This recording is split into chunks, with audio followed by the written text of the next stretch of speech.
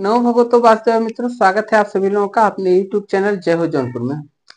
चलिए भैया, पिछली वीडियो में हम लोगों ने मिस्र बंधुओं के इतिहास को और उनके कालक्रमों को देख लिया था। यानी मिस्र बंधुओं ने जो इतिहास लिखा मिस्र बंधु विनोद के नाम से, वह इतिहास 8 कालक्रमों में व्यक्त था। यानी क ख करके आप देख सकते हैं, नहीं तो आप पूर्व या उत्तर करके देख सकते हैं। तो इस प्रकार से 8 कालक्रमों में व्यक्त था। अच्छा, अब ये 8 कालक्रमों में व्यक्त था भैया, तो इसके बाद और उन्होंने 4591 कवियों का वर्णन किया था। अब इसके बाद सबसे प्रमाणिक इतिहास ग्रंथ किसका है, तो उसको बताने की जरूरत नहीं, आप सभी लोगों को पता है। आचार्य रामचंद्र शुक्ल का सबसे प्रमाणिक इतिहास ग्रंथ माना जाता है। आज हम लोग आचार्य रामचंद्र शुक्ल के इतिहास ग्रंथ की चर्चा करने वाले हैं। और संभवतः यह जो इतिहास ग्रंथ की चर्चा आप करने जा रहे हैं, यह आपके लिए सबसे महत्वपूर्ण वीडियो होगी। और इसे एक बार आप जरूर समझिएगा, क्योंकि कोई ऐसा पेपर नहीं जिसमें आचार, अगर साहित्य से रिलेटेड पेपर है, टीजीटी पीजीटी का पेपर है, तो उसमें आचार्य रामचंद्र शुक्ल के बारे में कुछ न कुछ या तो इनका कथन पूछता है, या तो इनके साहित्य इतिहास के बारे में पूछता है, या तो इनके बारे में कुछ पूछता है। ठीक, क्योंकि अभी तक हिंदी साहित्य जगत के जो सबसे प्रसिद्ध इतिहासकार रहे हैं वो आचार्य रामचंद्र शुक्ल ही रहे हैं। तो चलिए इनके इतिहास ग्रंथ के बारे में हम आज देखते हैं। पहले हम देखते हैं आचार्य रामचंद्र शुक्ल।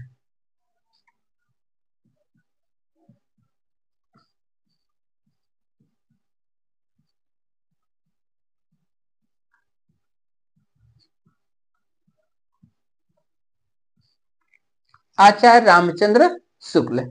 अच्छा, अगर भैया आचार्य रामचंद्र शुक्ल जी की बात की जाए तो ध्यान दीजिएगा, आचार्य रामचंद्र शुक्ल की बात करने से पहले हम लोग एक चीज देखेंगे। 16 जुलाई 1893 ईस्वी, ठीक, एक घटना घटित होती है। 16 जुलाई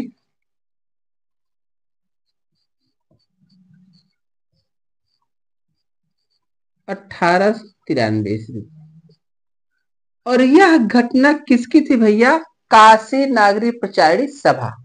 ठीक, यानी 16 जुलाई 1893 ईस्वी को हिंदी साहित्य जगत में एक सभा की स्थापना की गई, जो बनारस में की गई, और जिसका नाम था भैया काशी नागरी प्रचारी सभा।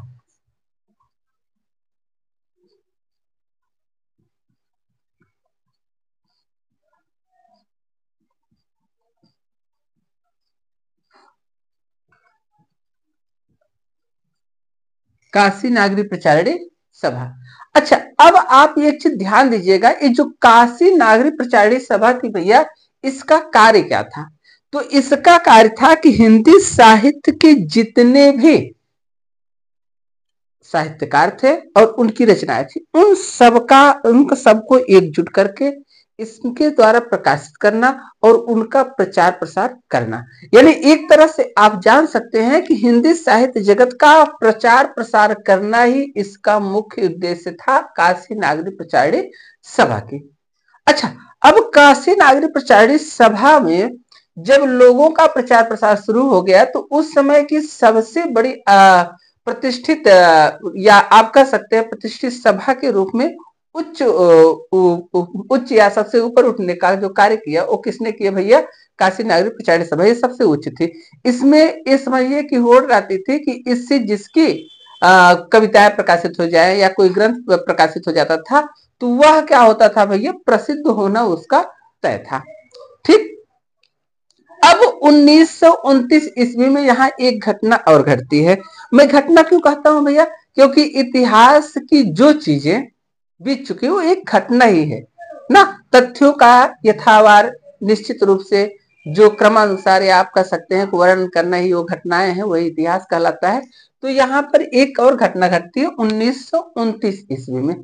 ठीक, अच्छा, 1929 ईस्वी में कौन सी घटना घटती है भैया? तो यहाँ जो घटना घटती है हिंदी शब्द सागर।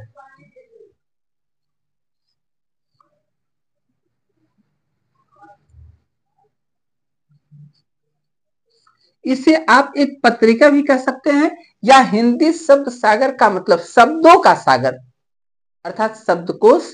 और शब्दकोश को आप अंग्रेजी में अच्छी तरह जानते होंगे भैया, जिसे आप अंग्रेजी में डिक्शनरी कहते हैं। ठीक, और यह जो शब्द सागर प्रकाशित हुआ भैया वह 1929 ईस्वी में हुआ, हिंदी शब्द सागर। अब हिंदी शब्द सागर सबसे महत्वपूर्ण हमारे लिए हो जाता है। क्यों हो जाता है भैया?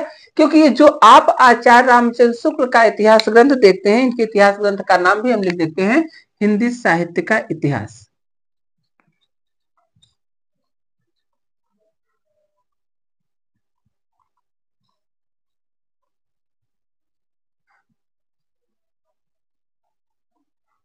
हिंदी साहित्य का इतिहास, ये जो हिंदी साहित्य का इतिहास था भैया, इसे लाने का अगर हम मुख्य कार्य कहें या मुख्य उद्देश्य कहें, लाने का उद्देश्य किसका था? तो हिंदी शब्द सागर का था। अब होता क्या है, हिंदी शब्द सागर जब प्रकाशित होता है भैया, तो इसकी कोई भी आप कोई भी ग्रंथ आप जब देखते होंगे तो उसमें एक भूमिका दी जाती है। जो संपादक होता है, जो लेखक होता है, उसके द्वारा एक भूमिका दी जाती है। तो इसके जो मुख्य अधिष्ठाता थे वो आपके थे भैया डॉक्टर श्याम सुंदर दास। तो डॉक्टर श्याम सुंदर दास ने भैया किससे कहा? आचार्य रामचंद्र शुक्ल जी से कहा कि ऐसा है कि यह शब्द सागर जो प्रकाशित हो रहा है इसकी भूमिका आप लिख दीजिए। ठीक, यानी प्रेरित किया उन्होंने इनको लिखने के लिए। अभी ये खुद नहीं इनको पता कि हमारा जो हिंदी साहित्य का इतिहास था इतना प्रसिद्ध हो जाएगा, या हम जो है प्रसिद्ध इतिहासकार के रूप में हो जाएंगे, सर्वश्रेष्ठ इतिहासकार के रूप में हो जाएंगे, ऐसा कुछ भी नहीं था। लेकिन जब इन्होंने कहा, भैया डॉक्टर श्याम सुंदर दास जी ने कहा कि ऐसा है कि आप एक हिंदी साहित्य सॉरी आप ऐसा है कि हिंदी शब्द सागर जो है इसकी भूमिका लिखिए। तो इसकी भूमिका को लिखने के लिए हिंदी साहित्य का विकास के नाम से मैं लिख देता हूं हिंदी साहित्य का विकास, इसकी भूमिका के रूप में, यानी हिंदी शब्द सागर की भूमिका भूमिका के रूप में, भूमिका के रूप में हिंदी साहित्य का विकास,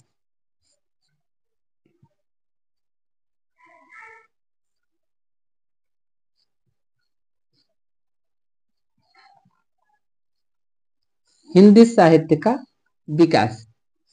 अब आप ध्यान दीजिएगा, हिंदी शब्द सागर की भूमिका के रूप में आचार्य रामचंद्र शुक्ल ने डॉक्टर श्याम सुंदर दास जी के कहने पर हिंदी साहित्य का विकास नाम से उसकी भूमिका लिखा।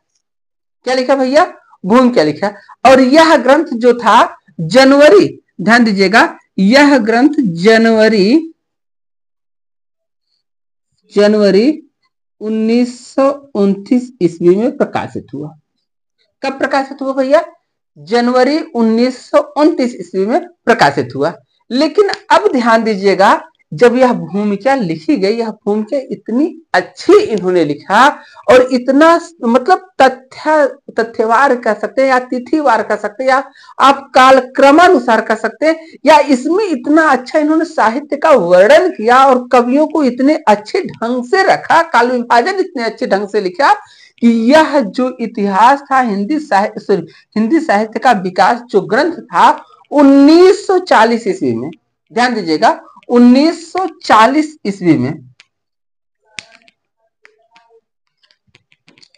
1940 ईस्वी में इस ग्रंथ को किसने भैया? काशी नागरी प्रचारणी सभा ने, काशी नागरी प्रचारणी सभा ने हिंदी साहित्य का विकास जो भूमिका लिखा गया था, इसी को भैया 1940 ईस्वी में 1940 ईस्वी में स्वतंत्र ग्रंथ के रूप में, ध्यान दीजिएगा, स्वतंत्र ग्रंथ के रूप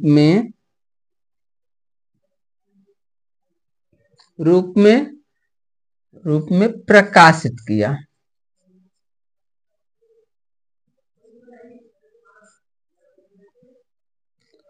स्वतंत्र ग्रंथ के रूप में क्या किया भैया? प्रकाशित किया। अब जब हिंदी साहित्य का विकास स्वतंत्र ग्रंथ के रूप में प्रकाशित हुआ भैया, तो जो काशी नागरी प्रचारणी सभा थी, इसने क्या किया? इस इतिहास का या इस विकास का नाम बदल करके क्या रख दिया भैया? हिंदी साहित्य का इतिहास। क्या रख दिया, हिंदी साहित्य का इतिहास। यानी अब इसका नाम, जो हिंदी साहित्य का विकास लिखा गया था भैया, इसका नाम हिंदी साहित्य का इतिहास कर दिया गया। यानी यह हिंदी साहित्य का इतिहास जो आचार्य रामचंद्र शुक्ल ने लिखा था भैया, वो कैसे कैसे घटनाओं से होते हुए एक स्वतंत्र ग्रंथ का रूप लेता है, उसे आपने देख लिया। अब देखते हैं इसमें किसका किसका वर्णन किया गया था, किन चीजों का वर्णन किया गया था। चीजें अगर आपको अच्छी लगती हो भैया तो वीडियो 2-4 लोगों के पास जरूर शेयर कर दीजिएगा। इसमें आपका दायित्व है या इसमें आपकी महानता है। ठीक, चलिए अब क्या होता भैया, जब हिंदी साहित्य का इतिहास लिखा गया तो कौन सा सन था, 1940 ईस्वी। और इस ग्रंथ में 1-2-4 वर्ष का नहीं, इस ग्रंथ में आचार्य रामचंद्र शुक्ल ने पूरे 900 वर्षों का इतिहास लिखा।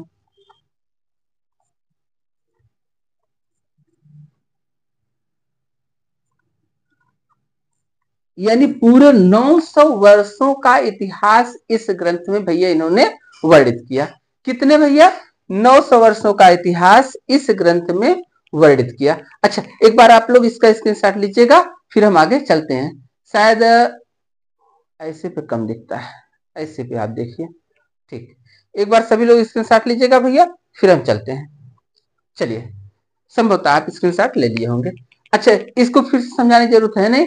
अच्छा, आप लोगों को जो चीजें भैया न समझ में आए, मैं बार बार कहता हूं, तो आप कमेंट बॉक्स में जाकर के कमेंट कर दिया करिए, या जो चीजें आपको चाहिए वो बता दीजिएगा।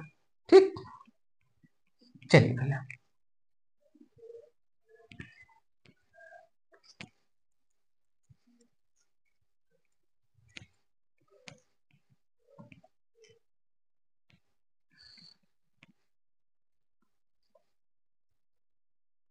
चलिए भैया, अब ध्यान दीजिएगा, यह जो हिंदी साहित्य का इतिहास था, इसमें जो है कितने वर्षों का इतिहास क्रम या कितने वर्षों की घटनाओं का वर्णन किया गया, 900 वर्षों की घटनाओं का वर्णन किया गया। अच्छा, अब ये चीज ध्यान दीजिएगा, इस संपूर्ण साहित्य ग्रंथ को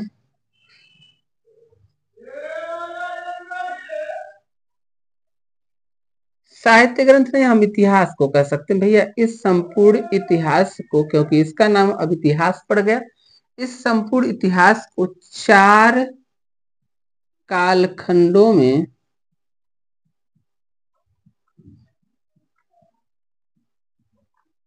विभक्त किया गया। कितने कालखंडों भैया,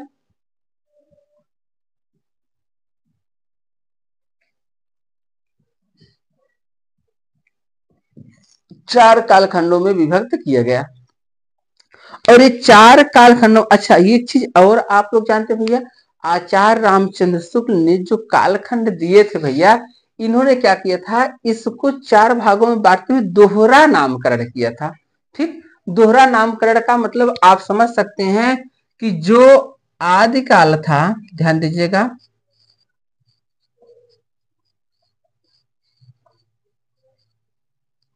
इसको इन्होंने नाम दिया था भैया वीर काल, वीर गाथा काल। अगर वीर काल की बात करेंगे तो वो हो जाएगा विश्वनाथ का।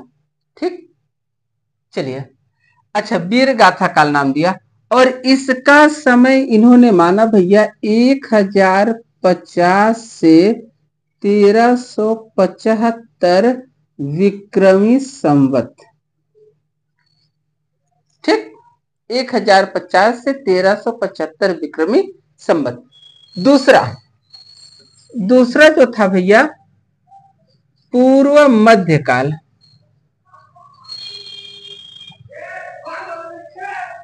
अगर इसकी बात करेंगे भैया तो यह आपके हजारी प्रसाद द्विवेदी का है, लेकिन इन्होंने उसको मानते हुए, स्वीकार करते हुए अपना भी मत दिया।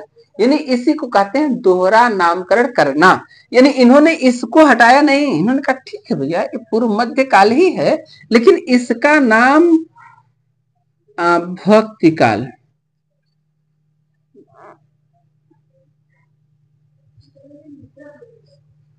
भक्ति काल इन्होंने रखा।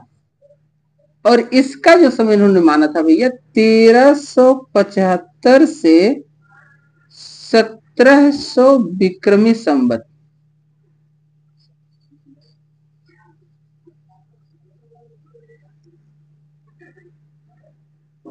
1375 से 1700 विक्रमी संवत। अच्छा, एक चीज आप ध्यान दीजिएगा, इन्होंने आदिकाल को केवल वीर गाथा काल क्यों कहा? क्या ऐसा उचित था?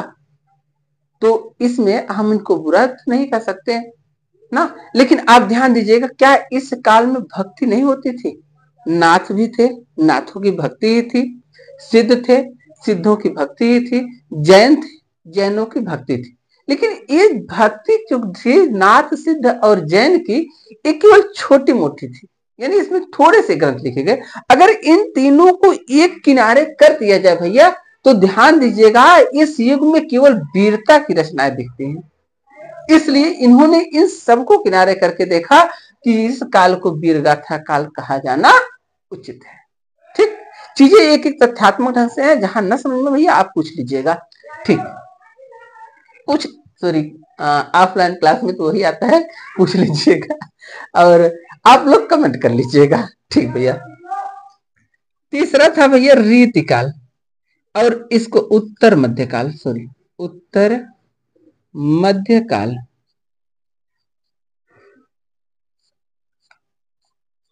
और इसको इन्होंने नाम दिया था भैया रीतिकाल।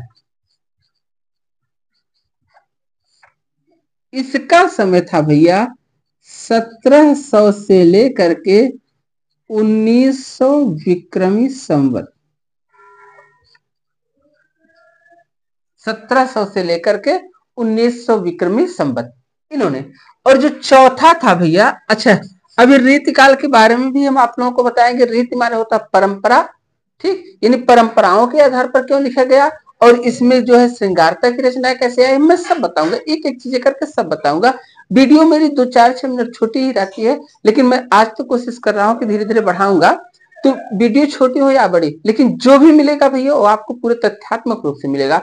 और मैं कोशिश करता हूं कि यहां से एक बार वीडियो देखने के बाद आपको फिर कभी पढ़ने की जरूरत न पड़े, दिमाग में पूरा घुस जाए। ठीक, तो इसलिए आप लोग थोड़ा सा शेयर करने का कार्य करिएगा, ताकि हम भी आगे बढ़ सके। चलिए भैया, अच्छा चौथा था भैया आधुनिक काल। आधुनिक काल, और इसको इन्होंने नाम दिया था भैया गद्य काल। क्यों? क्योंकि इन तीनों युगों में गद्य की रचनाएं नहीं लिखी गई, और एक दो जो मिलती है वो चार, उसकी भी चर्चा हम करेंगे कि आधुनिक काल के पूर्व की गद्य रचनाएं, जब यहाँ पहुंचेंगे तो हम बताएंगे कि आधुनिक काल के पहले कौन कौन सी गद्य रचनाएं लिखी गई और कैसे लिखी गई, क्यों लिखी गई, वो मैं बताऊंगा एक एक चीजें। और इसका समय इन्होंने भैया 1900 से 1984, या आप कह सकते हैं इसको विक्रमी संवत हम लगा देते हैं। ठीक, जब आप आधुनिक काल को देखेंगे तो 1900 से अब तक का माना गया है। तो यहाँ आप 1984 उन्होंने लिखा है, लेकिन इसे आप अब तक भी कह सकते हैं, क्योंकि यह अभी तक चल रहा है। यह आपका इतिहास ग्रंथ था इनका।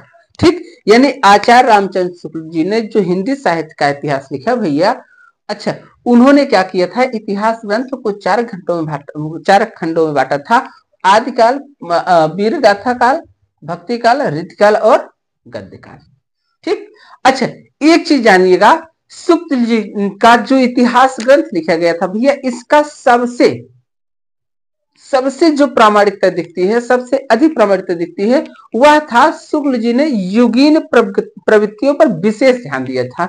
अगर आपसे कभी पूछा जाता है तो आप लोग एक चीज ध्यान दीजिएगा, शुक्ल जी ने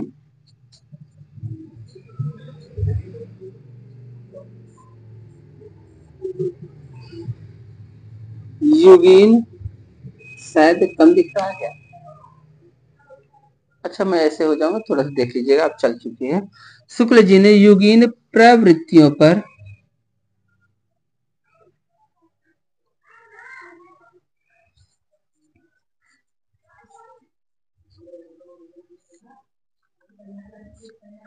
विशेष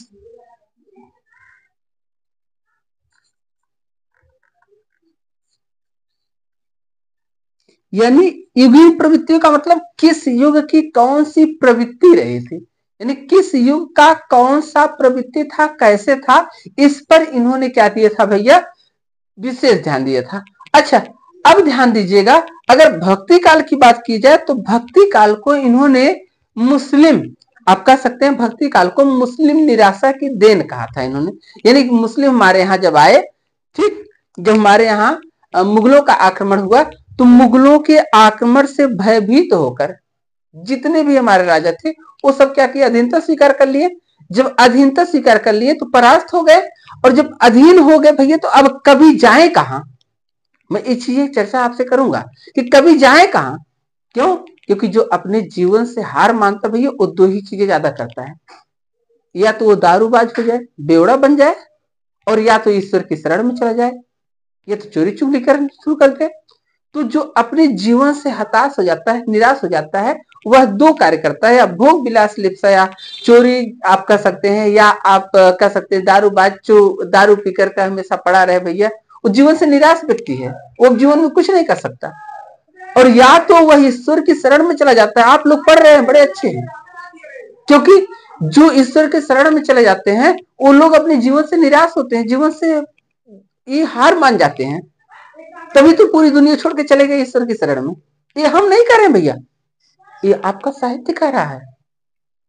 जितने बाबा हैं भैया, जिन्हें परिवार का दायित्व उठाने का या परिवार का बोझ कंधे पर उठाने का दम नहीं रह जाता है, बल नहीं रह जाता है, चिढ़ हो जाता है, वह हार मान जाता है, वह ईश्वर की शरण में भागता है, वह अपना परिवार छोड़कर भागता है।